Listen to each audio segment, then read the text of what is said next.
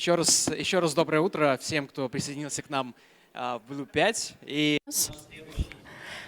And now our next speaker is a very special guest who represents the Wargaming and the World of Tanks group. It's Bronislaw Sviglo, who worked in Itransition and other major gaming companies in Belarus, who joined Wargaming in 2008, and he gradually rose to the position of game lead, if I'm not mistaken, and he's going to speak about rendering. Unfortunately, he doesn't have a transportable mic, so please give him a round of applause. He'll try to manage with a regular one. Hi. I was introduced already. I'm going to speak about the improvements in graphics that we've already made and we continue to work on in our beloved World of Tanks. I'll use a lot of pictures. I hope and I think it will be interesting not just for those who work in this field, but just for people who want to know what this game is going to be like in the near future. But before I start, just briefly, what I'm going to talk about. A bit about history, what is World of Tanks project. Then I'm going to give a demo, technical demo, so you can see what it looks like in the game. And then I'm going to just to specify what is in this picture, what we put into this picture, so it can look like this, so the graphics is like this. World of Tanks is quite an old, quite a mature project. There are many active gamers, over 130 million, according to the latest data. It's already over 7 years old, and it continues to develop. And one of the problems we regularly face is we have a lot of releases, very frequent releases, and we need to carefully plan. And we have big features that we need to put into this tight schedule, 2-3 month schedule. What do we have? A huge range of hardware that we need to maintain, we need to support.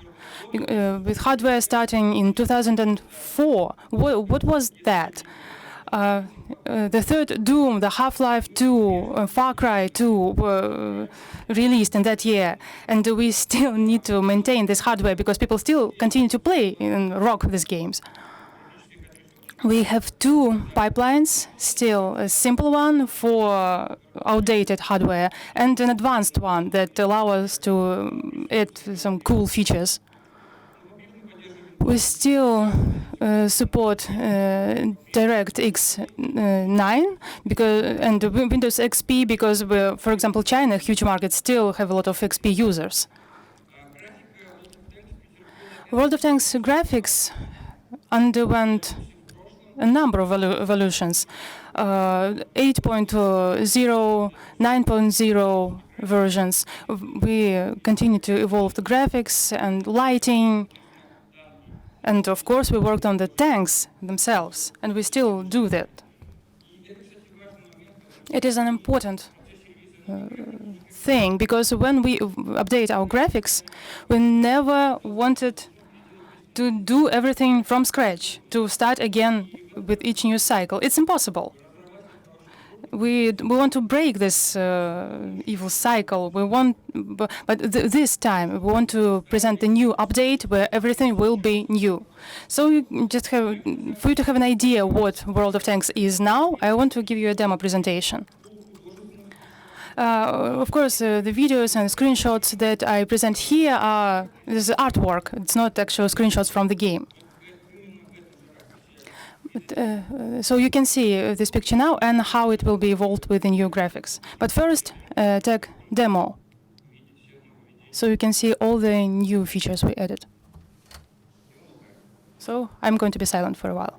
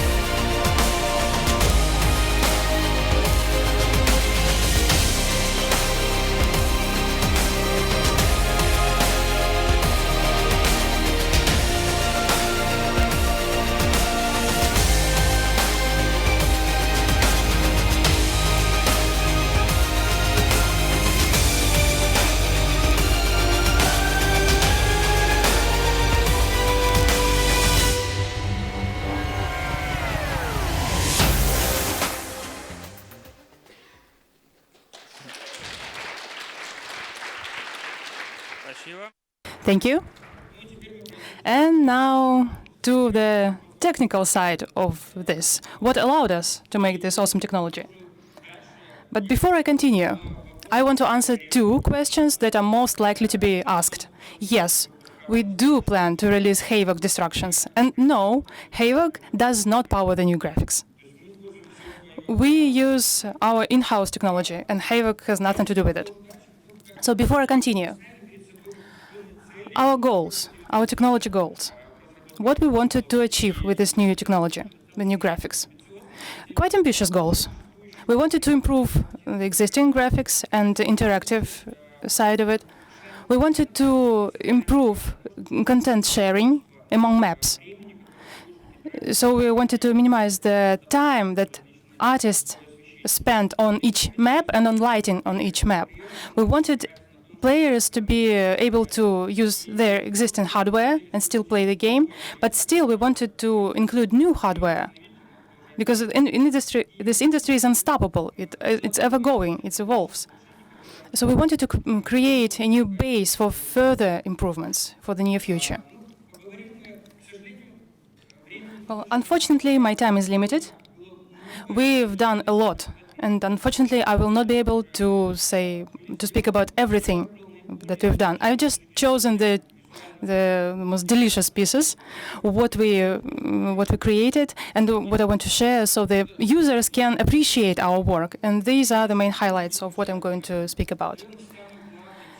First, advanced lighting, I think, and shading. I think it's the most important. This is what underpins everything in our drives.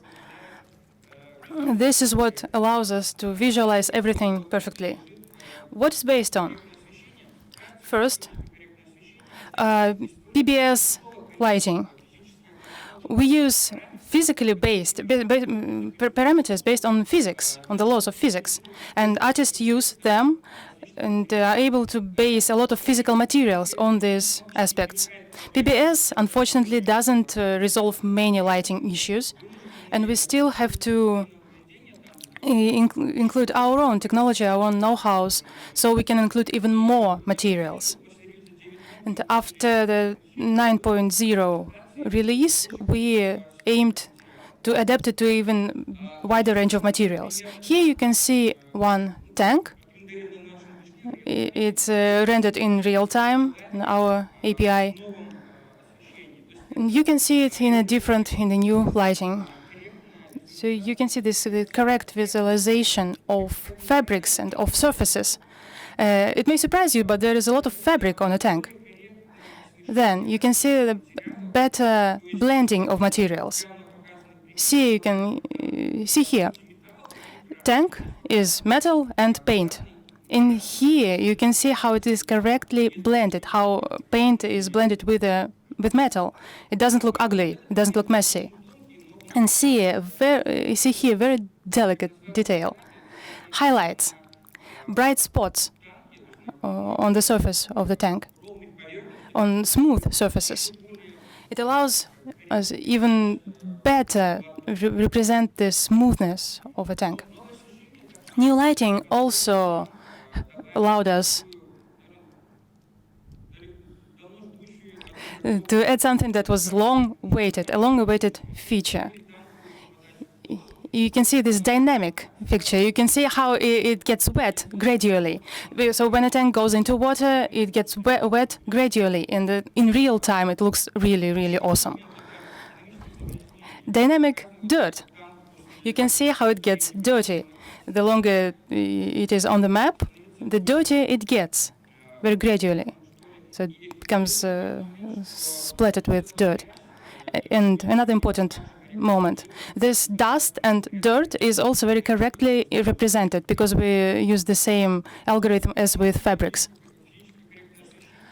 But PBS lighting cannot exist without an advanced shading system that allows us to distinguish between lighted parts and shaded parts.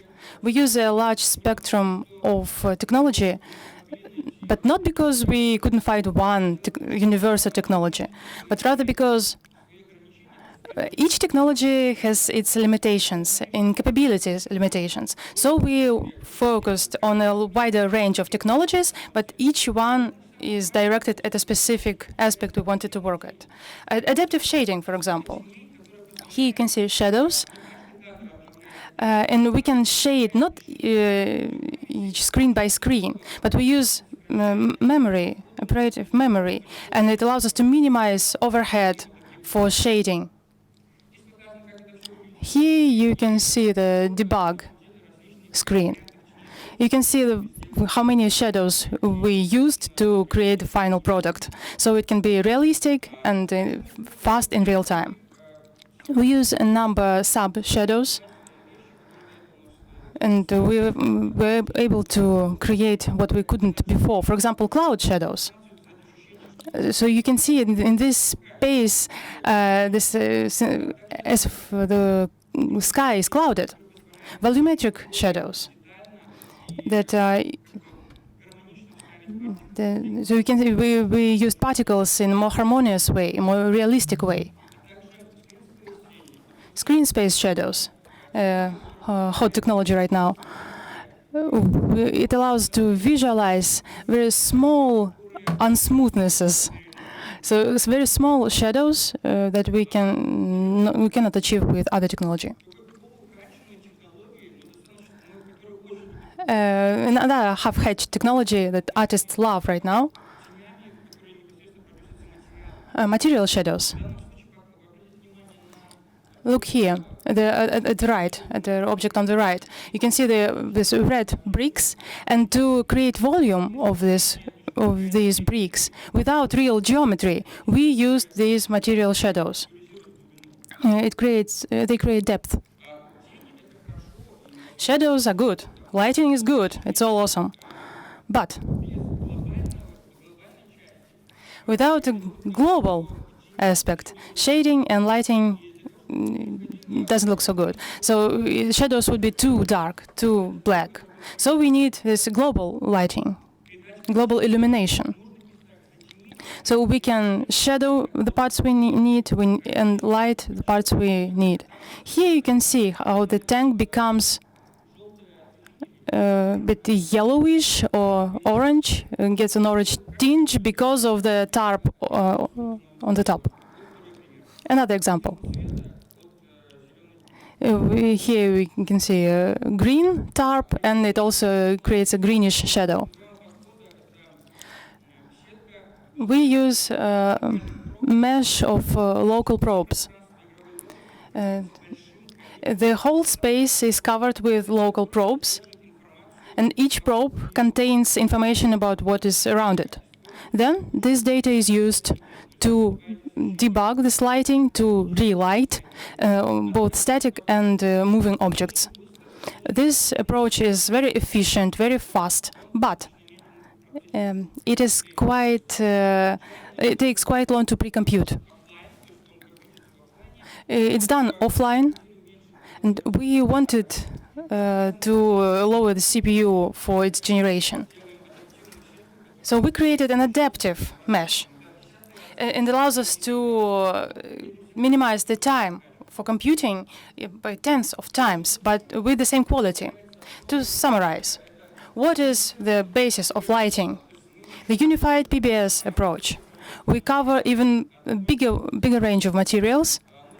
We use global illumination that creates better looking shadows, and at the same time the shadows are more flexible. Another technology that we use, we've spent quite a lot of time developing it. This is terrain visualization system. You know that now our terrains are quite small, from 1 to 9 square kilometers. But still, the user may think that he is in a sort of in a very limited spot, in some hole, and some users are afraid to go there.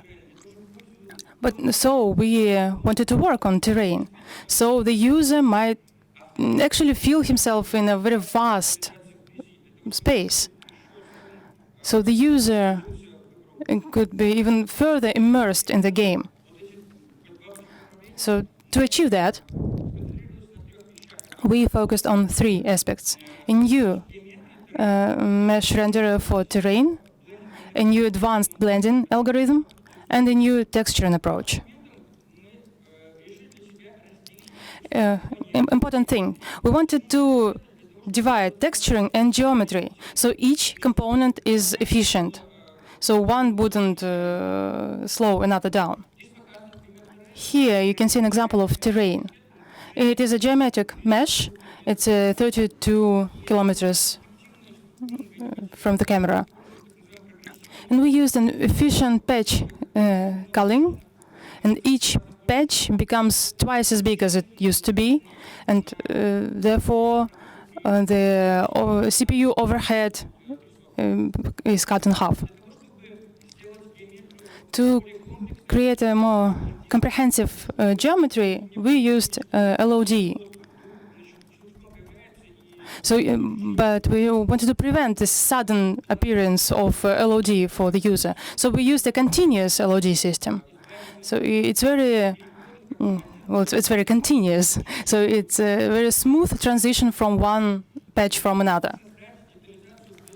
To create close-up detalization, we didn't want to use the traditional mapping technology. We introduced a new one.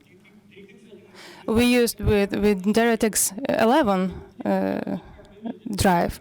And here you can see how it's represented in two regimes. We use quite a lot of patches, and here you can see the end result. It is a lot of triangles, 1 pixel size triangles, and to make it efficient, we use the density map generation. It allows us to throw detalization in the areas that are important, areas that can change the geometry of the terrain.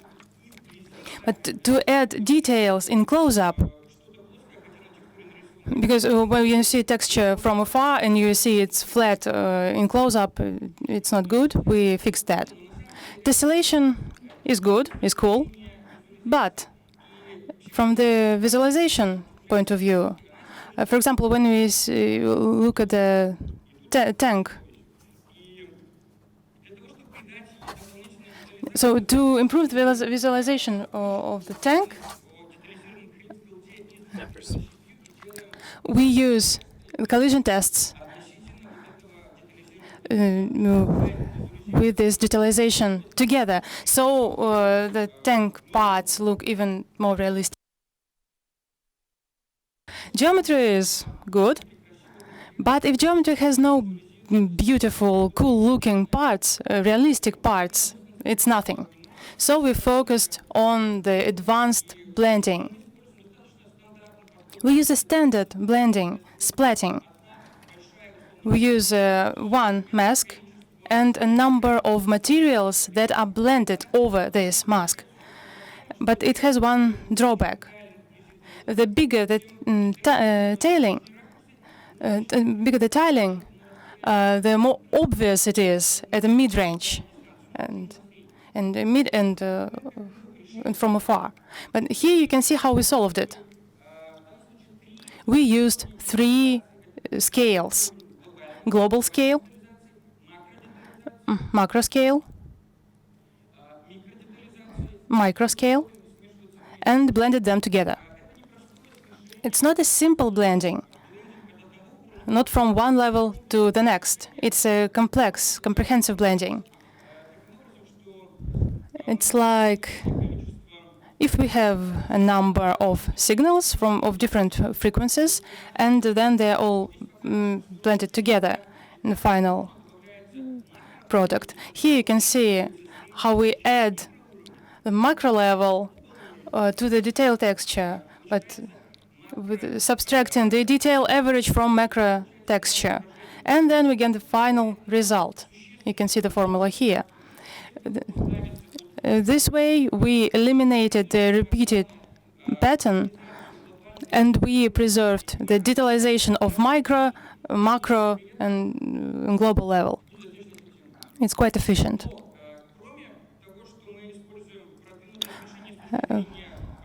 Other than this advanced blending technique, we also wanted to focus the user's attention on how we mix materials, because it's how can we blend grass and rocks? They can't be blended.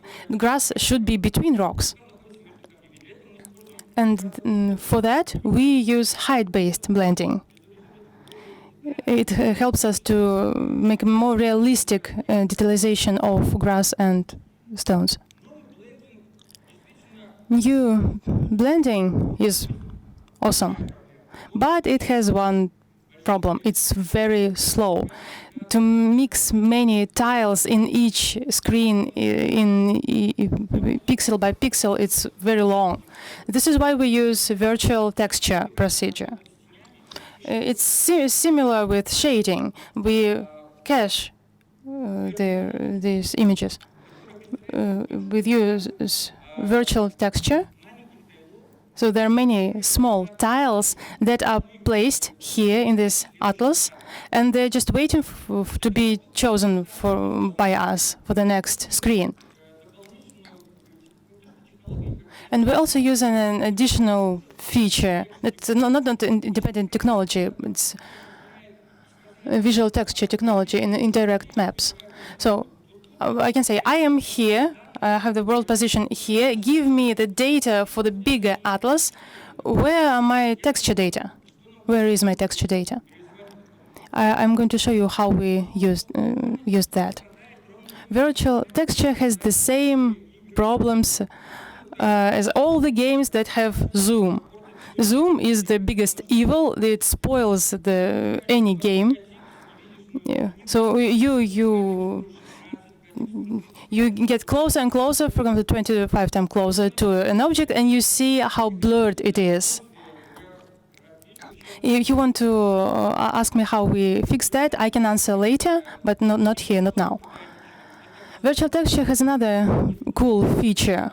You can bake not only these textures, but also decals. You can add local detailization, and it can be very complex. The decals that are put onto the terrain, they have the same parameters as tiles of virtual textures. And this helps us to visualize these craters. And it is a geometric crater. And another cool feature I wanted to present to you. It allows us to gradually blend objects with terrain. This is object-terrain blending. And we can look at pixels and know where the data is stored. And it allows us to make such cool things, a cool blending of objects and terrain, and it feels as if it is a complex surface, a comprehensive surface, not just an object sticking out of it. It's quite complicated to compute where to put this.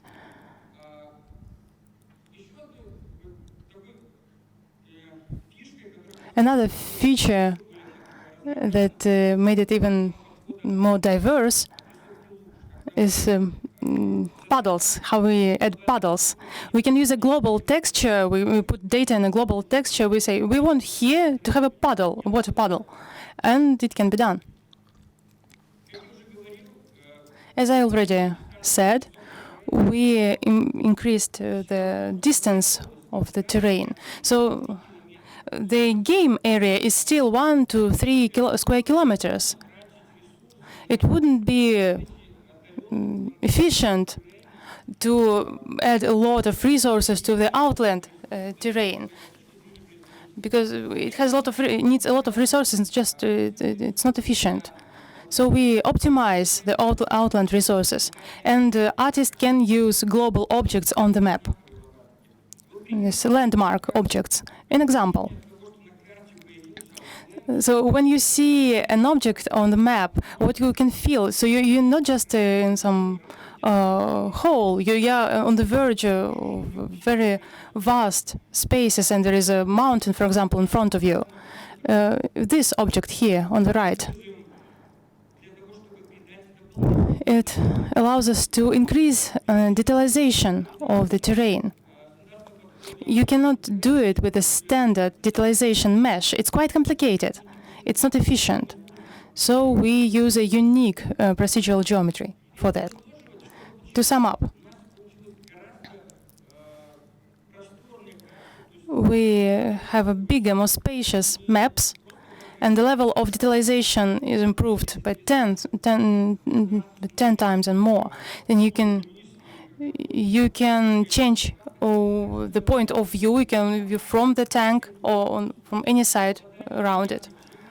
You can see the impact of a shot made by a tank. Another thing.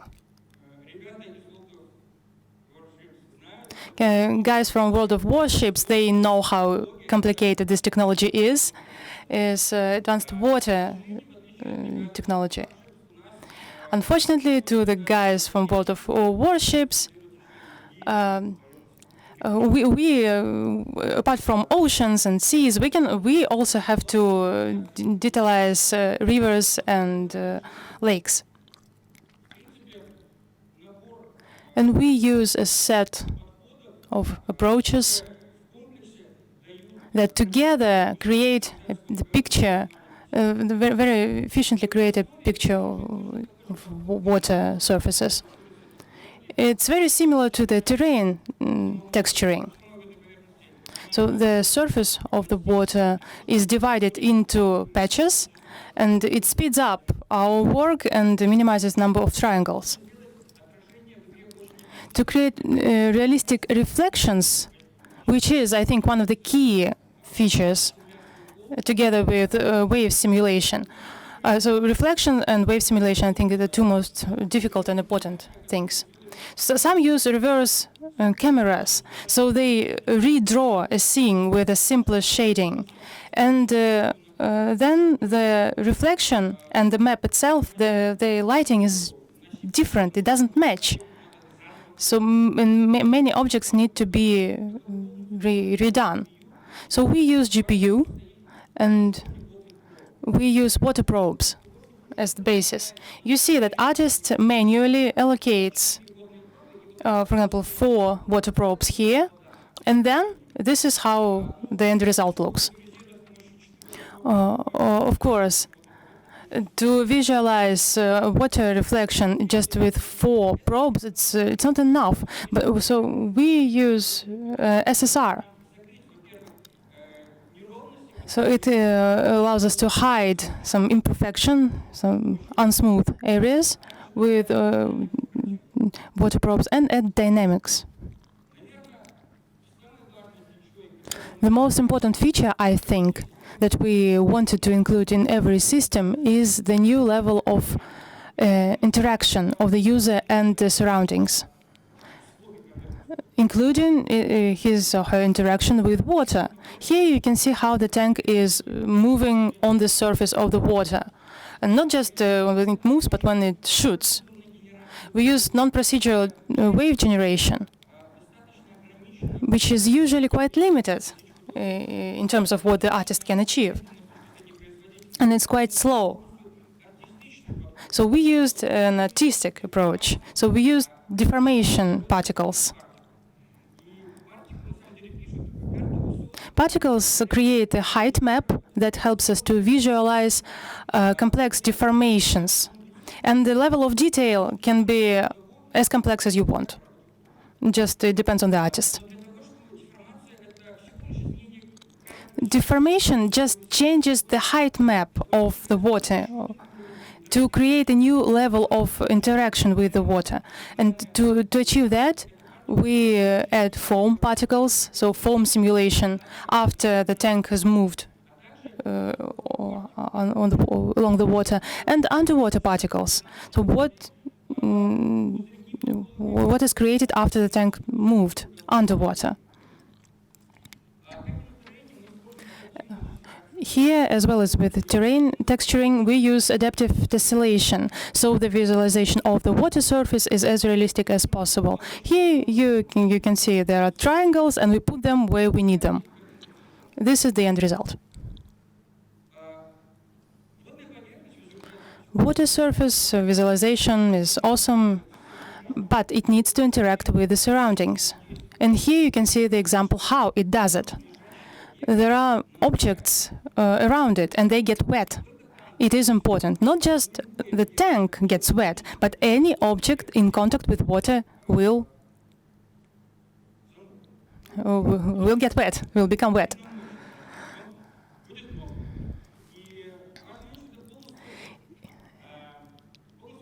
And it is entirely procedural. The artist doesn't need to do anything additionally to achieve that. To sum up,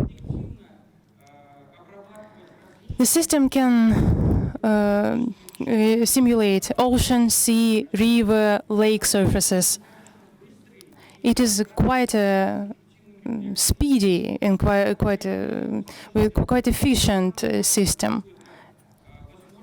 And what is important, it allows the artist to put his input. It's artist-driven. Another topic, another aspect, vegetation. This system is very frequent on the map, because sometimes we don't have water on the map, but vegetation is ever present in some form.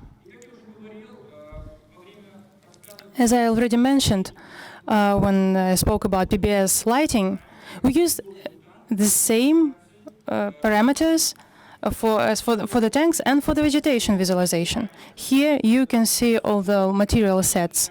So you can see the renders for vegetation. So tank rendering, vegetation rendering, the same tools.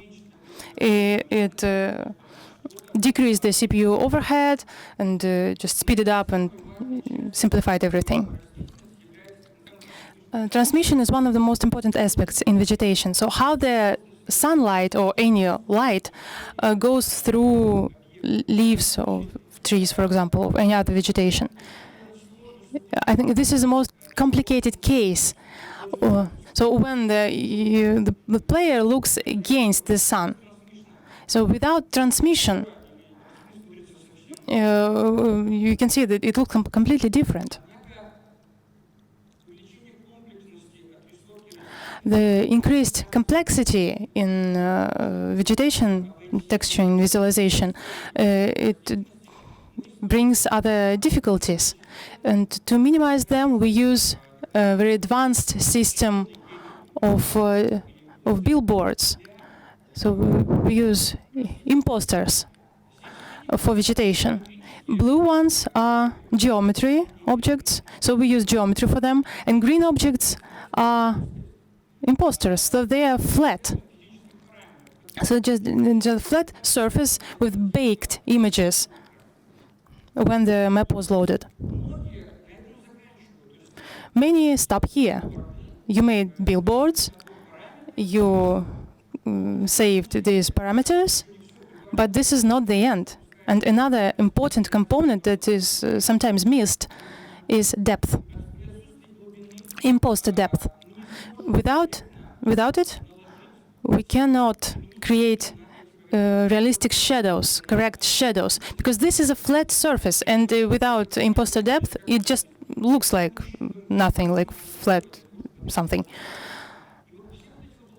So all these improvements allowed us to decrease the distance of geometric objects, and moved the billboards further away.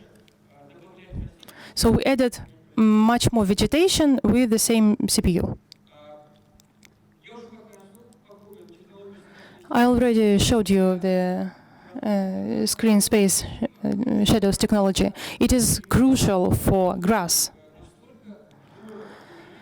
Grass is very expensive in a game. It needs a lot of triangles, it needs a lot of overdraw when one pixel is redrawn over and over and over again. This is why we use screen space shadows for it. It speeds up the process considerably. We also use many ecotypes. There is a variety of ecotypes for vegetation. So the artist is not limited to a certain number of trees or plants that he or she can draw. It's limited only with the imagination and our budget. So interactive character. Interactivity is very important. I always repeat it. And here you can see an example, how the tank interacts with vegetation, with sunflowers in this case, and with grass. So, there are force fields. So, for example, after the shot has been made, the grass reflects this force field. So, we use PBS with other subsystems. We use efficient LOD system. It allows us to add much more vegetation with the same CPU. And we used significantly improved interactivity. We see how the surroundings react. For example, when a tank moves over the grass, we can see how the grass reacts. So there are no tanks without particles. There are shots, there are explosions, smoke, fire. And what we wanted to achieve with this new particle system is to add even more of all of that, to make it more dynamic and more cool looking, and to minimize the time that artists spend on creating this content. Because visualization of semi-transparent objects, for example, is very difficult. And there are many unresolved issues there. We still work on that, and I think we'll work on that for quite some time. It's hard to unify it. It's hard to make one effect that was created once can look possible in different lighting. We've managed to do that. So an effect can look identical, equally beautiful or expected as it should in different light. So you can see the environment changes. There are shadows on the object or shadow cast from the object. But how did we do it? We use the process has many stages. So how we light these particles? So there is no light at first. You see the particles emit light, bright light. Then we add indirect component. So this is lighting from the surroundings and the global lighting. Then direct lighting from the sun in this case. Then you see how this object becomes included in this surrounding, and when we add shadows, you see what happens. So there are shadows on it, and it itself casts a shadow. So this is after tessellation. We use this to compute a vertex shader, not by pixels to eliminate this overdraw. So we use heights for computing. And here you can see that despite complex computing, so we use mathematical functions, complex functions, the pixel shader is still very difficult, very complex. You can see how we solve it. We use multi-resolution rendering. We draw the same object in different resolutions, and then we can minimize the number of pixels that we require. Here, this screenshot, you see how we switch it. If you can't see what I'm doing, that we did everything right. So actually, it looks like this. The red thing is contains objects that we need in low resolution, and everything else, just we use the regular full resolution. When we implemented this particle system, we discovered that it can be not only for effects. We use it for deformations, for force field visualization in water, for example, with interaction with vegetation, with foam, with distortion of particles. To sum up what we've ended up with, we improved efficiency for more complex effects. We compute in different threads, and it allowed us to create more complex effects. We still move forward PBS lighting. It is a long road ahead of us, but we're going there. And we also used particles in other areas. The last topic I wanted to highlight is post-processing. So this is what allows us to get an empty picture and move it to a next level. It improves a picture quite a big deal, and it's not quite difficult. In post-processing, we wanted to use more HDR effects because PBS lighting requires us to use HDR. Just to give an example, for example, when we use bloom effects. So when this effect appears, the picture overall shouldn't become lighter or darker. So the balance should be there. The temporal stability is important. So when there are some procedural aspects, shading, etc., and just quickly on the effects that we used to give you an idea how they affect the overall picture. Bloom, DOF, God rays. So when there's something in the air, a lens flare, we visualize the imperfections of a lens glare when there are very bright spots on the screen. So we see this, the lens is in perfect distortion. When the air distorts the light rays, we always used it, but it's just on a higher level now. And this is very fine effect, chromatic aberrations and film grains. It makes the picture looks like a film, and we use this seeming imperfections. Motion blur, when we move fast, everything around is blurred. Important thing, we use HDR blurring, and of course SSR. Not only on water, but on other surfaces. Already mentioned anti-aliasing. I think it's the biggest enemy of our industry now. We use different technologies for that, including an in-house technology. And from screen to screen, we subtly change the picture using different patterns, and we accumulate pixel data that we use. And overall, to sum up, post-processing is a new level of temporal stability. And it gives a cinematic look to our pictures. But we couldn't achieve it without our colleagues' help that significantly made our life easier. Our toolset programmers, they made quite a few improvements. And here you can just see some examples of them. And to summarize my talk, we've achieved significant graphical and interactivity improvements. Interactivity is most important. We preserved performance, and we added, and now we can add new features in the future.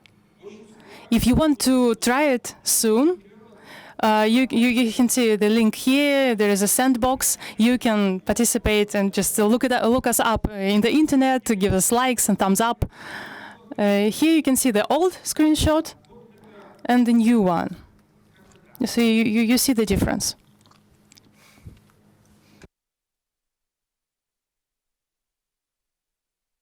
So much more detailed pictures. The large distance of so you're not in the empty space. And in the end, I'd like to say a big thank you to Daniil for these cool videos. So big thanks to him, and to our R&D team, render team, our artists, the entire World of Tanks team. So this is it. I'm ending here. Thank you.